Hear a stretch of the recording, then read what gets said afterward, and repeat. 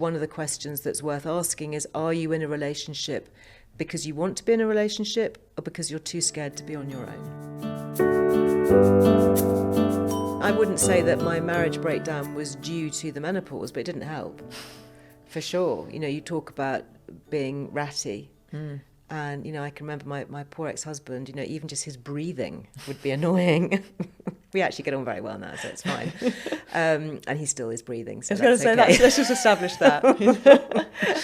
But it's, you know, it's really important to be aware of that, actually, because I think you look at relationship breakdown, marriage breakdown, rates of divorce, etc. It's often around that time. A woman is, you know, early 50s, going through menopause and dealing with so many issues, you know, and loss of confidence and anxiety and rage, flashes of rage that come out of nowhere, you know, which really aren't helpful when you're struggling at a time when life is busy anyway and stressful, and you're feeling that you're losing your looks because your skin is sagging, and you know, you're beginning to feel that in society is regarding you as invisible, that whole kind of relationship that we have with older women in society not being as seen as relevant or useful. And that's why I think it is so important for men to understand what's going on. And you know, my son who's 18 will take the mickey out of me quite a lot by saying, "Oh, you're talking about the menopause." I know my 21-year-old boy says exactly the same thing, and my 14-year-old. You know, he's very aware. You're never of too what young the menopause to learn is. about it. Well, they would understand all about puberty because they're taught about that at school. Yeah. So, you know, I don't see why there shouldn't be half an hour at the back end of that lesson to say, "Oh, by the way, guys, later on,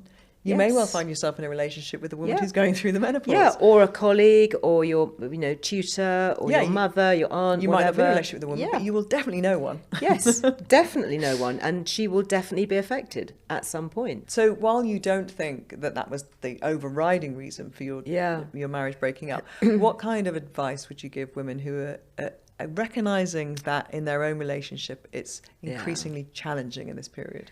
I write quite honestly, I think, in the book about my own situation, and hopefully give some helpful advice on others who might be in a similar situation. And I think over the years, maybe through doing podcasts with psychotherapists and relationship counsellors, becoming aware of terms like toxic relationships, codependency, gaslighting, coercive control, you know, all of these things which are new to my vocabulary. Certainly when I was growing up, you know, my parents would never have talked about that. I would never have talked about that with girlfriends even. Narcissism, you know, are you with a narcissist? How is that affecting your behaviour? You know, how do you know you're with a narcissist? Yeah, exactly. It's, you know, are you one yourself? You know, so all these sort of different behavioural issues that might be going on. And I think there is a real need to wake up to some of these things. And then also ask yourself, if you're in a relationship that doesn't seem to be working and hasn't been working for a long time, can it work? Do you both want it to work? Why isn't it working? And what steps do you need to take to either extricate yourself from that relationship safely or to then build on it and make it work? And I think, you know, one of the questions that's worth asking is, are you in a relationship because you want to be in a relationship or because you're too scared to be on your own? And I know from a lot of girlfriends I speak to, they say, actually, I know it's really bad and it's really tough, but I just don't want to be on my own. And possibly I fell into that category a little bit. I was certainly scared of being on my own. I've never been on my own because I got married the first time when I was 18. So I went straight from college, living at home, to being married. And then I was only divorced for maybe a year or so, and then I met my second husband, and we were together for, you know, best part of 20 years.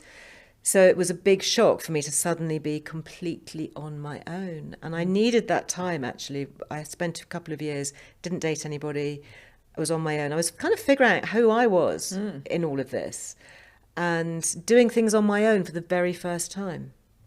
You know, I took really myself important. off to the theatre and on my own. I bought a ticket for one.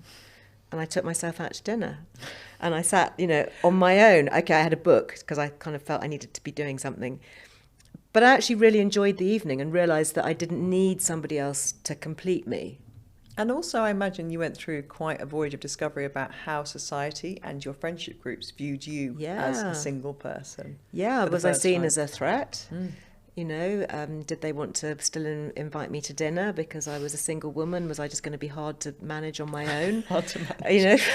You know, did they have to find another single man? You know, to even up the numbers. Constantly want to set you up. There was a bit of that. That was quite funny. But again, that's all the voyage of discovery, isn't it? That I think a lot of people might look at and think it's quite scary, but when you come through the other side and you look back, you have absolutely no regrets, I'm assuming, with what you've been through and how you've come through that. I've come through, and that's probably why I'm, you know, healthier and happier and feel fitter and stronger and more resilient now, because I know myself much better, and I know the things that I like, and also, you know, now being in a new relationship, realizing how actually precious that is and how special that is, and taking time to make sure that I don't fall into the same pitfalls and patterns of behaviour that perhaps are less healthy.